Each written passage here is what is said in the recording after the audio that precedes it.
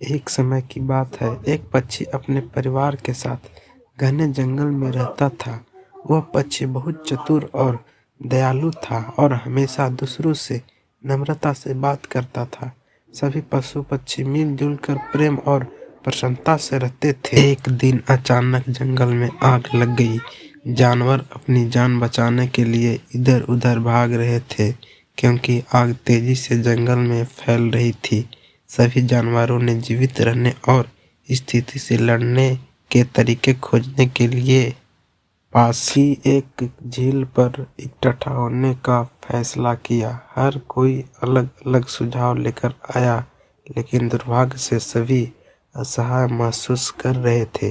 नन्ही चिड़िया भी सोच रही थी, लेकिन उसके दिमाग में कुछ भी नहीं आया, इसलिए वह बहुत दुखी थी। अचानक वह उड़ी और अपनी चोंच में थोड़ा पानी भर लिया और आग पर पानी छिड़कने के लिए जंगल में चली गई। वह बार बार वही प्रक्रिया करती रही। एक हाथी ने छोटी चिड़िया को देखा और पूछा, तुम क्या कर रहे हो? क्या आपके घोंसले के अंदर कुछ बचा है?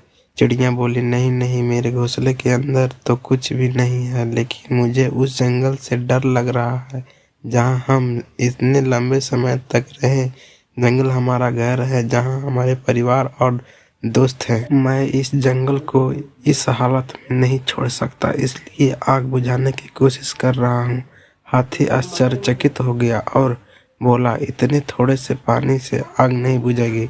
पक्षी ने कहा, मुझे पता है कि यह काम नहीं करेगा, लेकिन मैं कोशिश करना बंद नहीं कर सकता। छोटी सी चिड़िया की कोशिश करने को देखकर हाथी ने चिड़िया के साथ एकजुटता दिखाई और वही कवायद शुरू कर दी। हाथी ने अपनी सूंड में पानी भरकर आग पर छिड़का।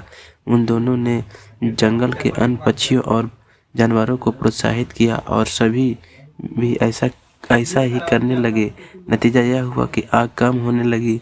सभी जानवर यह देखकर खुश हुए कि उनका प्रयास और एकजुटता काम कर रही है। आखिरकार आग बुझ गई। सभी जानवर और पक्षी खुशी हो गए और अपनी सफलता का जश्न मनाया। अरे, हमने अपना घर बचा लिया। सभी जानवरों ने पक्षी की ओर देखा और कहा, धन्यवाद छोटे पक्षी, यदि आपने हमें प्रेरित नहीं किया होता तो हम पूरा जंगल खो सकते थे। अंत में वे सभी जंगल में खुशी से रहने लगे। कहानी से हमें यही सीख मिलती है कि हमें मिलजुल कर काम करना चाहिए। मिलजुल कर काम करने वालों की कभी हार नहीं होती है। अगर आपको यह वीडियो अच्छा लगा हो तो लाइक करें और सब्सक्राइब करें।